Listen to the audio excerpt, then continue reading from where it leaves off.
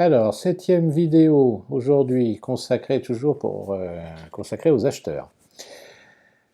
Souvent, on me pose la question, est-ce qu'il vaut mieux acheter une pharmacie d'une personne qui prend sa retraite? Est-ce que vous ne pensez pas que c'est beaucoup plus rassurant, qu'il y a plus de potentiel, etc. En fait, c'est pas évident du tout. Tout dépend du futur retraité. Vous pouvez avoir une personne qui prend sa retraite mais qui est très active, qui est toujours dans sa pharmacie, qui est, on va dire, le papy ou le mamie gâteau, qui connaît tous les petits-enfants parce qu'il a connu les parents qui étaient ados, qui est la personne implantée depuis 35 ans. Et ben, quand vous succédez à cette personne-là qui connaît les prénoms et qui distribue les petits bonbons sans sucre, et ben ça va pas être évident.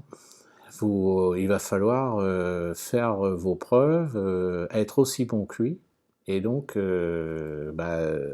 reprendre derrière une personne aussi compétente, ça sera pas évident.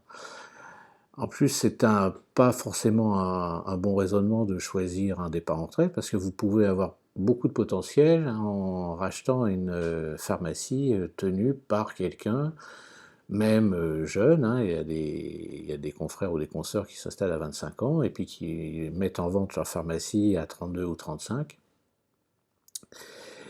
Et il y a toujours du potentiel derrière eux, parce que pourquoi ils vendent, comment a été leur exercice pendant leurs années, est-ce qu'ils n'ont pas eu des problèmes familiaux, des problèmes de santé, des problèmes d'association.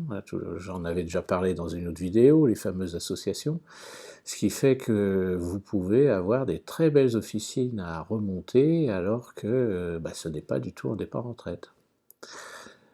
Donc il faut être pragmatique et il faut regarder chaque pharmacie et chaque pharmacien. À chaque fois c'est un cas particulier, il ne faut pas avoir d'idées préconçues. Voilà, c'était mon conseil du jour. Je vous dis à bientôt. Au revoir.